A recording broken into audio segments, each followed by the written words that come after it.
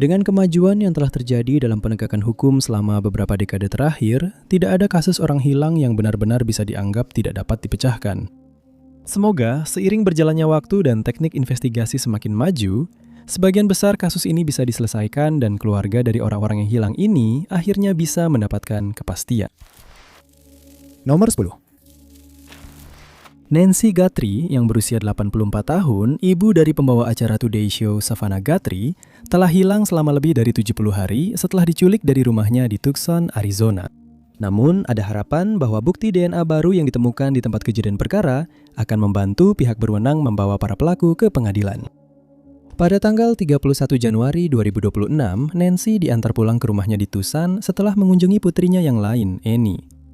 Menantu laki-lakinya, Tommaso Cioni, diyakini menjadi orang terakhir yang melihatnya sebelum dia menghilang. Ketika Nancy tidak muncul untuk siaran langsung kebaktian gereja, rekan jemaatnya menjadi khawatir, dan mereka menghubungi keluarganya untuk melaporkan bahwa dia tidak datang ke gereja dan tidak bisa dihubungi.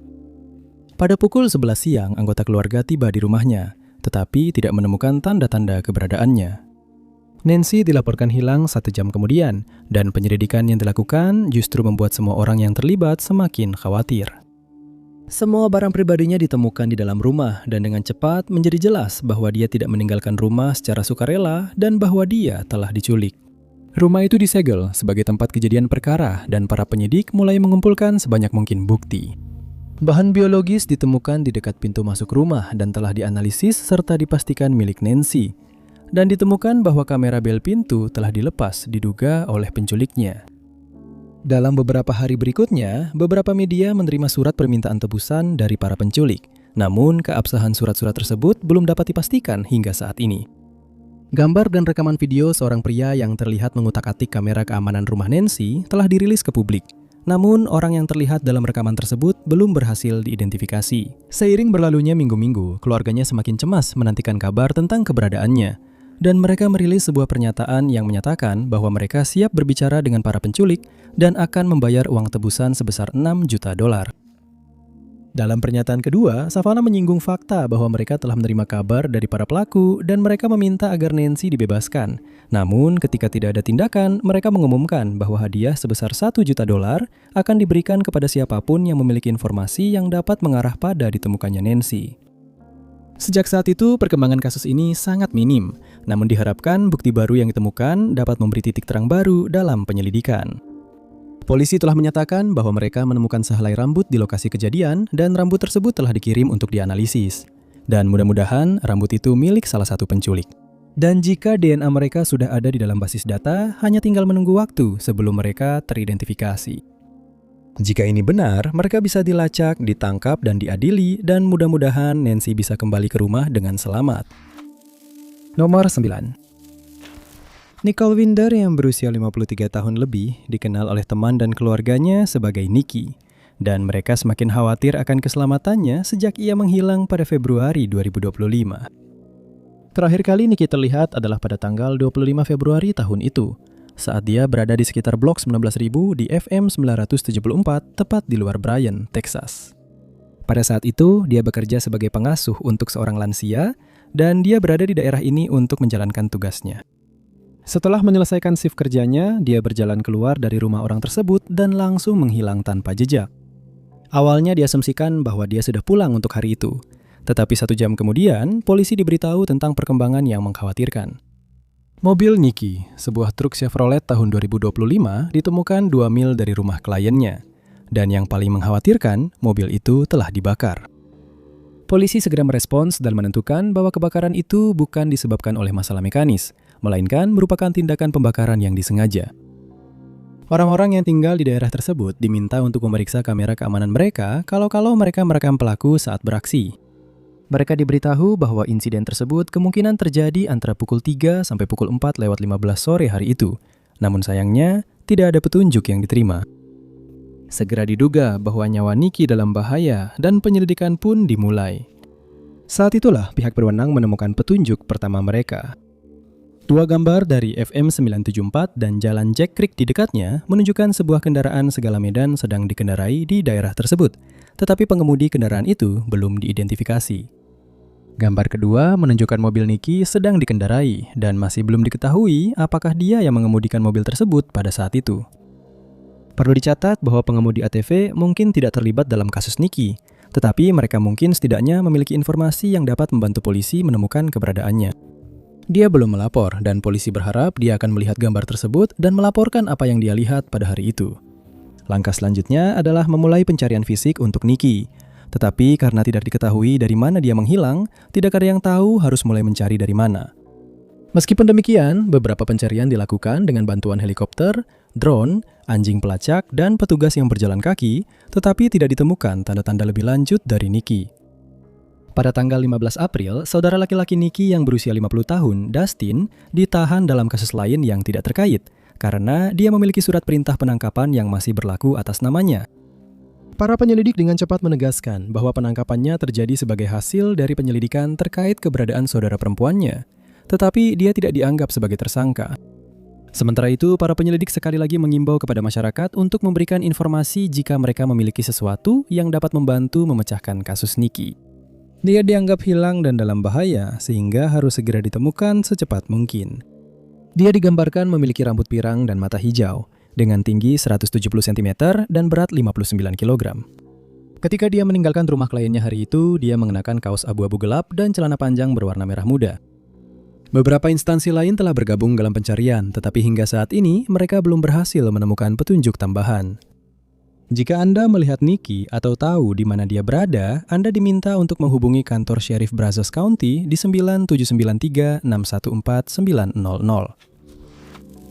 Nomor 8. Kasus hilangnya Melissa Beston yang berusia 37 tahun dimulai pada tanggal 17 Maret 2025. Seorang saksi menghubungi polisi untuk menyatakan bahwa mereka melihatnya berjalan di sepanjang Indian Village Road di Lac du Flambeau pada hari dia menghilang. Namun, informasi lebih lanjut kini telah dirilis. Ketika keluarganya belum mendengar kabar darinya, hingga tanggal 23 Maret, mereka melaporkan orang hilang ke polisi suku.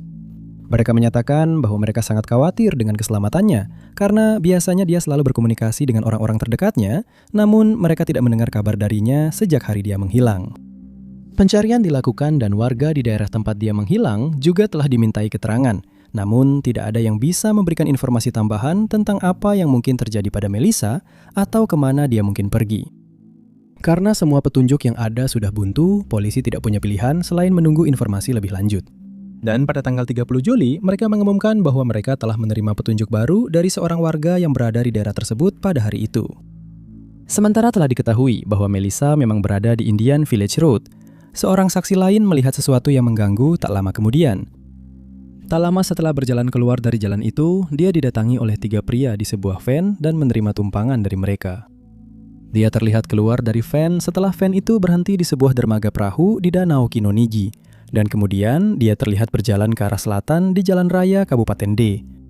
Salah satu pria di dalam kendaraan itu mengikutinya sebentar dan terdengar memintanya untuk kembali masuk ke kendaraan, tetapi Melissa menolak.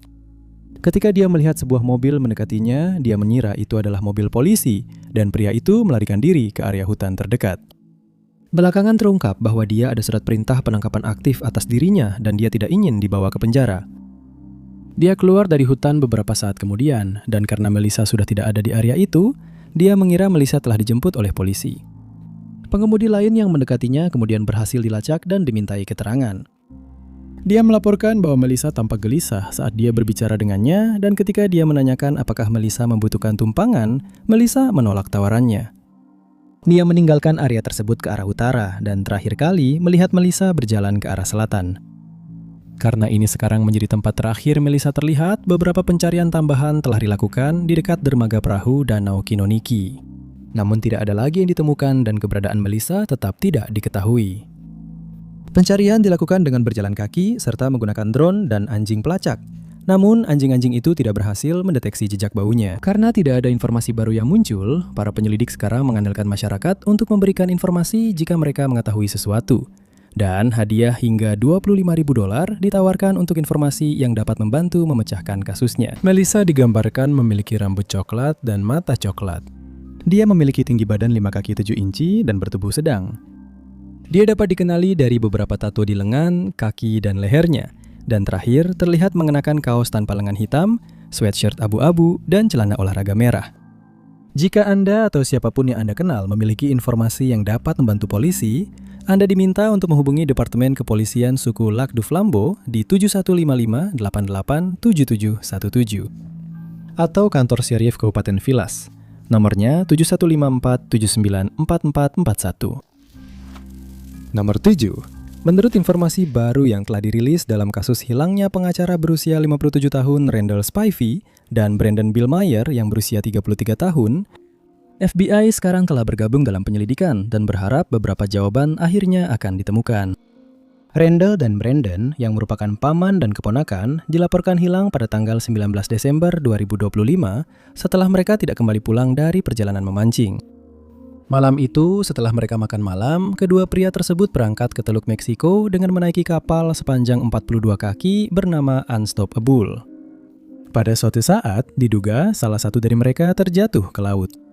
Diduga ketika yang satunya menyadari apa yang terjadi, dia melompat ke laut untuk membantu, tetapi lupa bahwa mesin kapal masih menyala dan mereka berdua kemungkinan besar akhirnya terlantar di laut. Begitu mereka dilaporkan hilang, penjaga pantai mulai mencari di perairan dengan lebih dari 2 lusin kapal, tetapi mereka tidak berhasil menemukan tanda-tanda keberadaan kedua pria tersebut. Kapal mereka kemudian ditemukan sekitar 70 mil dari lepas pantai Naples. Dilaporkan bahwa gigi transmisinya masih masuk, tetapi terombang-ambing dan kosong tanpa tanda-tanda Randall maupun Brandon. Dua pelampung yang biasanya ada di kapal hilang, yang menimbulkan sedikit harapan bahwa mereka masih berada di air dan mungkin bisa ditemukan. Namun juga diduga bahwa mereka terpaksa meninggalkan kapal karena alasan yang tidak diketahui, dan mereka tidak punya pilihan selain mengenakan alat pelampung untuk tetap bertahan hidup di air. Meskipun telah dilakukan pencarian selama berjam-jam, tidak ada lagi yang ditemukan, dan penjaga pantai akhirnya mengumumkan bahwa mereka tidak punya pilihan selain menghentikan pencarian. Keluarga mereka mengucapkan terima kasih kepada semua pihak yang terlibat dalam pencarian dan meminta agar mereka diberi privasi untuk mencoba menerima kejadian ini. Keluarga Randy mengatakan bahwa dia adalah seorang ayah dan suami yang sangat berdedikasi, yang akan melakukan apa saja untuk membantu siapapun yang membutuhkan. Dia menghabiskan lebih dari 3 dekade bekerja sebagai pengacara di Fort Myers, Florida, dan telah membantu banyak orang yang mengalami cedera. Sedangkan untuk Brandon, dia baru saja menikah sebelum mereka berdua hilang dan telah bekerja di bidang yang sama dengan pamannya. Dia bergabung dengan Shiner Law Group pada tahun 2023 dan berharap bisa memberikan dampak positif di komunitasnya. Randy digambarkan memiliki rambut coklat dan mata coklat dengan tinggi badan 185 cm dan berat 111 kg.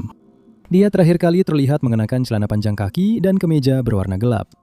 Dia memiliki rambut pirang kemerahan dan mata coklat dengan tinggi badan 188 cm dan berat 113 kg. Meskipun pencarian untuk kedua pria tersebut telah dihentikan, polisi dan penjaga pantai menyatakan bahwa mereka akan terus menyelidiki setiap informasi baru yang mereka terima dan mereka meminta siapapun yang memiliki informasi tersebut untuk segera melapor. Nama keduanya sekarang telah ditambahkan ke Sistem Nasional Orang Hilang dan Orang Tak Dikenal. Nama Randall tercatat dengan nomor kasus MP154328 dan nama Brandon dengan nomor kasus MP154331. Siapapun yang dapat memberikan informasi lebih lanjut tentang kasus ini diminta untuk menghubungi kantor Sheriff Lee County di 23 947 71000. Nomor 6.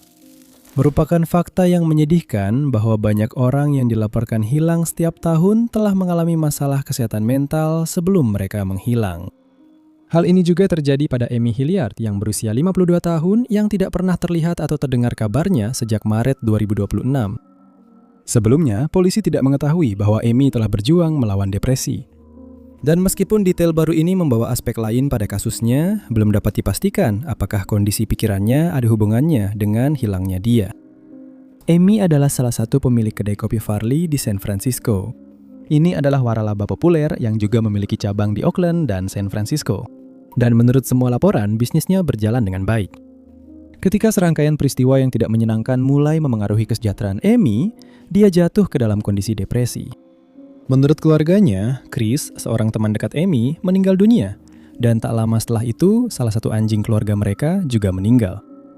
Dia juga merawat beberapa kerabatnya yang menambah tekanan pada dirinya saat dia sedang menghadapi kehilangan-kehilangan tersebut. Terakhir kali Chris melihat Amy adalah pada tanggal 25 Maret saat mereka sarapan bersama. Dan setelah itu, dia mengantarnya ke stasiun Bay Area Rapid Transit di mana Amy seharusnya menghadiri sesi terapi di Walnut Creek. Akhirnya, dia kembali ke rumah pasangan itu dan kemudian terlihat oleh kamera keamanan saat berjalan di dekat Demon Park. Dia juga sempat mengajak anjing keluarga jalan-jalan, tapi tidak pernah kembali ke rumah. Dan Chris sangat putus asa mencari jawaban tentang apa yang terjadi padanya. Setelah Amy dilaporkan hilang, rumah pasangan itu digeledah dan semua barang pribadinya ditemukan di dalam. Pintu belakang dibiarkan terbuka, tapi tidak ditemukan tanda-tanda perkelahian atau hal mencurigakan apapun. Chris menyatakan bahwa setelah Amy menyelesaikan sesi terapinya, dia mengirim pesan kepadanya untuk memberitahu bahwa dia sudah di rumah. Seorang tetangga membenarkan bahwa Amy memang ada di sana karena dia sempat berbicara singkat dengannya saat Amy sedang mengajak anjingnya jalan-jalan. Ketika Chris tiba di rumah pada pukul 3.15, dia mulai khawatir saat menemukan pintu belakang terbuka dan mencurigai ada sesuatu yang tidak beres ketika dia tidak menemukan Amy meskipun semua barang miliknya masih ada di rumah. Chris berharap akan menemukan sesuatu di dalam rumah yang bisa memberinya petunjuk kemana Amy mungkin pergi, tapi ternyata tidak demikian. Yang membuatnya semakin khawatir adalah kenyataan bahwa Amy meninggalkan rumah tanpa obat yang harus dia konsumsi setiap hari. Dan dia telah mengatakan kepada media bahwa bisa sangat berbahaya bagi Amy jika terlalu lama tanpa obat tersebut. Karena terakhir kali Amy terlihat berjalan di dekat area yang memiliki jalur pendakian, pihak berwenang mulai mencari di area tersebut terlebih dahulu, yang menjadi kekhawatiran besar bagi keluarganya, karena Amy tidak membawa bekal atau perlengkapan apapun, dan dia mungkin akan terpapar cuaca dan kondisi alam sampai dia ditemukan. Keluarga pasangan tersebut, teman-teman, sekelompok relawan dan tim pencari profesional telah menyisir area-area ini, namun untuk saat ini Amy masih belum ditemukan. Dia memiliki rambut pirang dan mata hazel, tinggi 5 kaki 4 inci dan berat 120 pon. Dia terlihat di rekaman kamera pengawas mengenakan kaos putih berlengan pendek, celana jeans berwarna terang, dan sepatu putih. Siapapun yang melihat Amy atau memiliki informasi tentang keberadaannya diminta untuk menghubungi Departemen Kepolisian Oakland di 5102-383641. Nomor 5. Ketika Ronald Dumas Jr. yang berusia 37 tahun menghilang pada tahun 2024, awalnya diyakini bahwa penyelidikan yang dilakukan akan menjadi penyelidikan rutin. Tetapi detail baru menunjukkan sebaliknya, dan jika terbukti benar, dia mungkin berada dalam bahaya besar.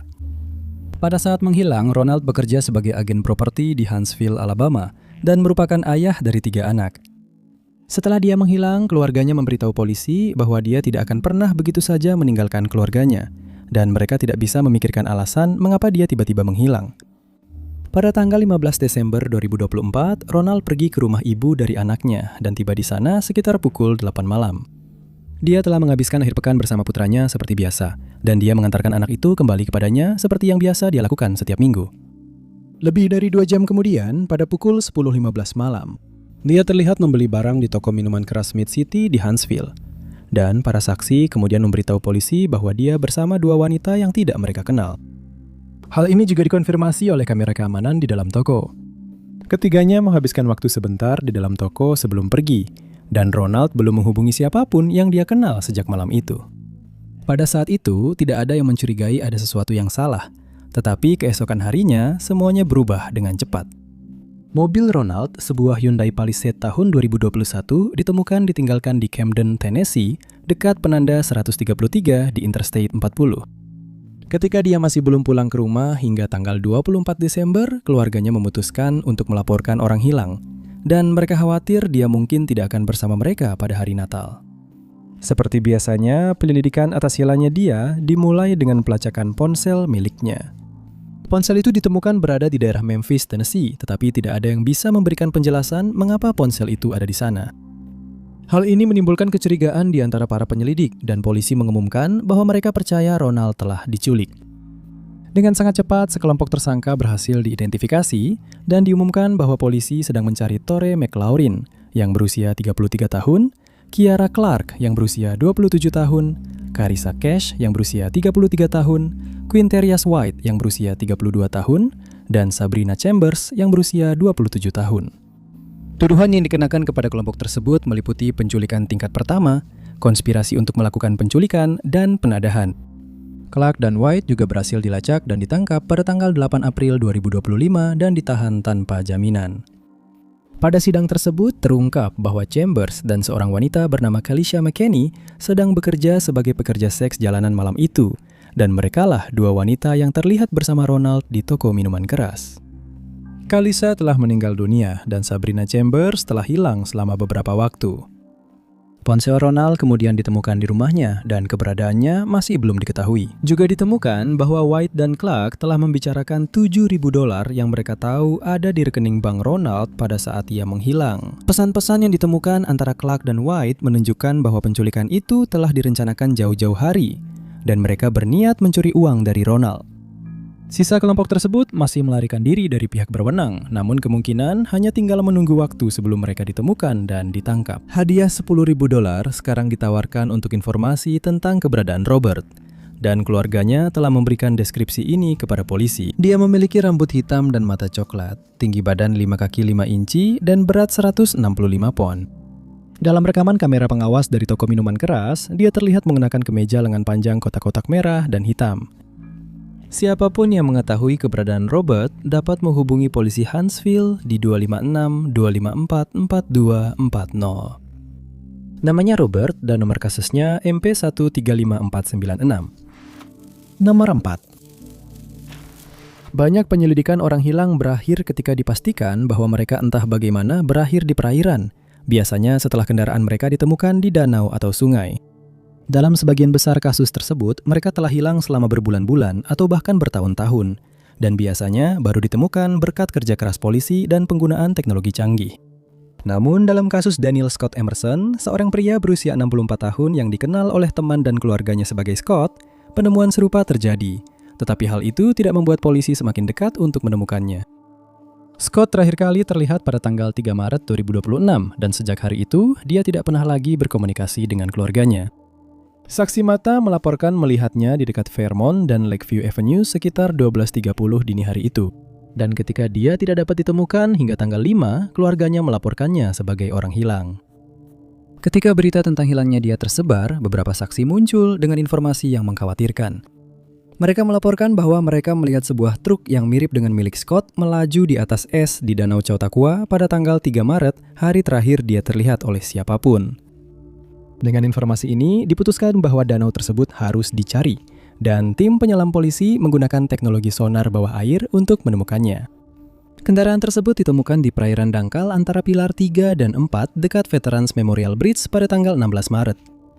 Pencarian di dalam truk terhambat oleh kondisi air yang keruh, dan para pencari akhirnya mengapungkan mobil tersebut ke permukaan pada tanggal 20. Hal ini dilakukan dengan menggunakan kantong udara, dan setelah kendaraan tersebut diangkat dari dasar danau, kendaraan itu dibawa ke tepi danau untuk diperiksa. Di dalamnya tidak ditemukan tanda-tanda keberadaan Scott, dan masih belum diketahui apakah dia berhasil keluar dari kendaraan sebelum tenggelam ke dasar. Tercatat bahwa salah satu jendela truk tersebut dalam keadaan terbuka, sehingga diasumsikan bahwa Scott mungkin mencoba keluar saat truk itu tenggelam, atau menurut polisi, ada kemungkinan seseorang menariknya keluar, meskipun hal ini tampaknya sangat tidak mungkin. Pencarian terus dilakukan di sepanjang garis pantai danau dan pihak berwenang telah meminta bantuan masyarakat untuk menemukan Scott. Namun tidak ada petunjuk lebih lanjut yang ditemukan. Pencarian kedua dilakukan dengan bantuan anjing pelacak dan tim penyelam, namun kondisi masih sulit dan proses pencarian berjalan sangat lambat. Upaya-upaya ini juga gagal menemukan Scott dan polisi meminta siapapun yang memiliki rekaman truk yang melaju di danau untuk segera melapor. Mereka diminta untuk mencermati rentang waktu antara pukul 4 hingga 7 pagi pada tanggal 3 Maret 2026. Namun sejauh ini belum ada yang memberikan informasi baru yang berguna. Pencarian lanjutan telah direncanakan, namun pihak berwenang menyatakan bahwa mereka tidak akan melakukan pencarian setiap hari. Sebaliknya, mereka akan menggunakan jet ski, perahu, dan tim penyelam dari waktu ke waktu dengan harapan Scott akan ditemukan. Mereka berjanji akan menindaklanjuti setiap petunjuk yang diterima, tidak peduli seberapa kecil pun petunjuk itu terlihat. Scott digambarkan memiliki rambut abu-abu pendek, mata hijau atau hazel, dengan tinggi badan 5 kaki 8 inci dan berat 190 pon. Siapapun yang memiliki informasi yang dapat membantu menemukannya diminta untuk menghubungi kantor Sheriff Chautauqua County di 716-753-4232. Nomor 3. Tidak banyak detail yang tersedia dalam kasus hilangnya Colby Sinclair yang berusia 30 tahun. Namun, polisi telah mengumumkan bahwa ada dugaan tindak kejahatan dan unit kejahatan besar terpadu Pulau Vancouver telah mengambil alih penyelidikan dari polisi berkuda kerajaan Kanada.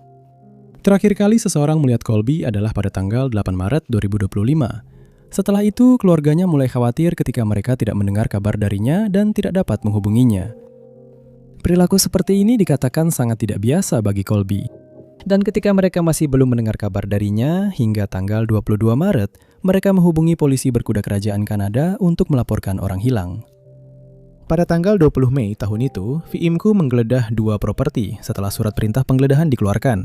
Namun, pihak berwenang menolak untuk menyatakan apa yang membuat mereka menduga bahwa mereka mungkin menemukan petunjuk tentang keberadaannya di sana. Properti pertama dari 2 properti tersebut terletak di daerah pedesaan di Black Creek, dan yang kedua adalah properti milik Weaikai First Nation. Ini menyusul laporan bahwa Colby terakhir kali terlihat di Campbell River, British Columbia, dan hingga kini masih belum diketahui apakah ada sesuatu yang berguna yang ditemukan. Perlu dicatat bahwa VIMCO biasanya hanya mengambil alih penyelidikan jika diduga ada aktivitas kriminal yang terlibat, yang membuat kasus Colby semakin mengkhawatirkan bagi teman-teman dan keluarganya. Sejak saat itu, saudara perempuannya Ocean Lazuk telah menyebarkan informasi tentang hilangnya Colby di media sosial dan berharap ada seseorang yang mengenalinya serta memberikan informasi yang sebelumnya belum diketahui oleh para penyelidik. Keluarganya juga meminta siapapun yang memiliki informasi tambahan untuk segera menghubungi pihak berwenang agar Colby dapat ditemukan. Ocean menyatakan bahwa menurutnya tidak dapat diterima jika keluarganya masih harus menunggu jawaban setelah sekian lama, karena mereka membutuhkan kepastian dalam kasus Colby. Dia juga menyampaikan terima kasih kepada semua pihak yang terlibat dalam penyelidikan, termasuk pihak berwenang, komunitas sekitar, dan semua orang yang telah membagikan informasi tentang kasusnya secara daring. Pertanyaan yang paling membingungkan di benak masyarakat adalah, mengapa 2 properti yang disebutkan sebelumnya itu digeledah? Hal ini telah menimbulkan banyak spekulasi, tetapi polisi akan terus fokus pada fakta-fakta kasus daripada teori-teori. Sumber lain menunjukkan bahwa Colby berjuang dengan apa yang mereka sebut sebagai pergumulan batin pada minggu-minggu dan bulan-bulan sebelum ia menghilang. Dan beberapa orang menyatakan bahwa ia sedang berusaha memperbaiki hidupnya. Namun Colby masih hilang dan polisi berharap dengan dirilisnya deskripsi ini akan membangkitkan ingatan seseorang dan mereka akan memberikan informasi yang sebelumnya tidak diketahui yang dapat menuntaskan kasusnya. Colby memiliki rambut coklat dan mata biru. Tinggi badan 170 cm dan berat sekitar 88 kg. Tidak diketahui apa yang dikenakan Colby saat ia menghilang dan unit kejahatan besar terpadu Pulau Vancouver telah meminta siapapun yang memiliki informasi tambahan untuk menghubungi mereka di 50-380-6161.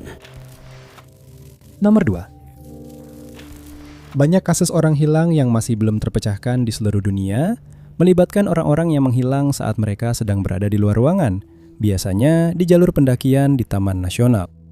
Kasus yang melibatkan Charles Hosch yang berusia 67 tahun tidak berbeda, dan segala upaya telah dilakukan untuk mencari tahu di mana dia berada. Pada saat menghilang pada tahun 2025, Charles adalah seorang profesor di Southern Methodist University, Dedmon School of Law di Dallas, Texas. Dan dia bekerja sebagai pengacara di firma hukum Hosch dan Morris. Kate Morris, partnernya di firma hukum, telah mengatakan kepada media bahwa Charles sedang mengunjungi saudaranya di Gainesville, Georgia pada bulan November 2025. Dia dan saudaranya memang berasal dari daerah itu dan telah menghabiskan waktu untuk saling bercerita. Pada pagi hari saat menghilang, yang bertepatan dengan Hari Veteran, mereka berdua sarapan bersama. Setelah itu, Charles mengatakan bahwa dia ingin berjalan-jalan di sepanjang Byron Herbert Rees Trailhead yang dulu sering dia lewati saat masih kecil. Sudah dipastikan bahwa dia sampai di jalur pendakian itu karena mobilnya ditemukan kemudian, tetapi tidak ada tanda-tanda keberadaan Charles yang pernah ditemukan. Kate juga menambahkan bahwa dia mulai khawatir dengan keselamatan Charles ketika dia tidak bisa menghubunginya lewat ponsel, yang tidak seperti biasanya, karena Charles selalu menerima telepon darinya. Dalam perkembangan selanjutnya, seorang saksi muncul dan melaporkan bahwa dia bertemu dengan Charles di jalur pendakian dan mereka sempat berbicara singkat sebelum berpisah. Oleh karena itu, diasumsikan bahwa Charles entah bagaimana tersesat saat berada di jalur pendakian dan kemudian tidak mampu kembali ke kawasan berpenghuni. Keluarga Charles telah menyatakan bahwa mereka sangat khawatir akan keselamatannya, namun mereka tetap berharap bahwa dia akan ditemukan karena begitu banyak upaya yang dilakukan untuk menemukannya dan membawanya pulang dengan selamat. Selama salah satu dari banyak pencarian yang dilakukan di daerah tersebut, seekor anjing pelacak menunjukkan bahwa ia telah menemukan jejak aroma Charles di jalur itu, sehingga dipastikan bahwa dia memang pernah berada di area tersebut pada suatu waktu. Orang-orang yang memiliki kamera jebak di daerah tersebut diminta untuk memeriksa rekaman mereka jika saja mereka menangkap gambar Charles sedang berjalan di sepanjang jalur itu. Namun, hingga saat ini belum ada yang memberikan rekaman tersebut. Kekhawatiran terus meningkat karena jalur tersebut dikenal sangat terjal. Dan pada saat itu, suhu turun drastis, terutama di malam hari, sehingga Charles terpapar langsung dengan cuaca ekstrim. Karena dia hanya berencana melakukan pendakian singkat dan tidak membawa perbekalan atau perlengkapan apapun bersamanya.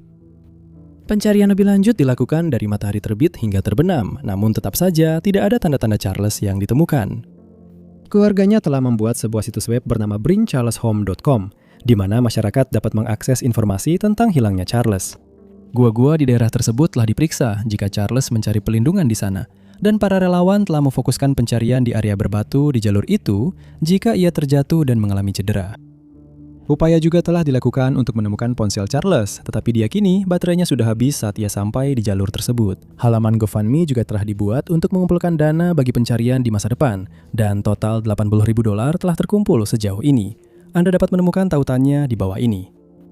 Diketahui bahwa Charles mengenakan celana kaki, sweater berwarna coklat muda, dan jaket hijau tua saat ia memulai perjalanan di jalur tersebut. Dia digambarkan memiliki rambut putih, tingginya 6 kaki 1 inci, dan berat 200 pon. Siapapun yang dapat membantu menemukan Charles harus menghubungi Pusat Operasi Darurat Union County di 70643 96091. Nomor 1.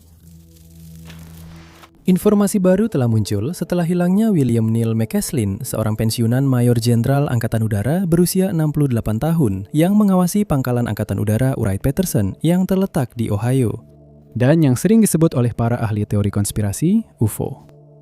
Pangkalan tersebut pernah menjadi markas Project Blue Book dan sering dikatakan bahwa pesawat luar angkasa asing disimpan di pangkalan itu, jauh dari pengawasan publik, meskipun tidak pernah ditemukan bukti mengenai hal ini. William adalah bagian dari program senjata luar angkasa rahasia dan juga terlibat dalam beberapa bidang penelitian yang dilakukan di pangkalan tersebut. Oleh karena itu, banyak orang mulai berspekulasi bahwa pekerjaannya berkaitan dengan kehilangannya. Namun, ini tetap murni spekulasi. Menurut laporan, William terakhir kali terlihat di rumahnya di Albuquerque, New Mexico pada tanggal 27 Februari 2026. Dia berbicara dengan seorang tukang reparasi di rumah sekitar pukul 10 pagi hari itu. Dan pada pukul 11.10, istrinya meninggalkan rumah untuk pergi ke sebuah janji temu.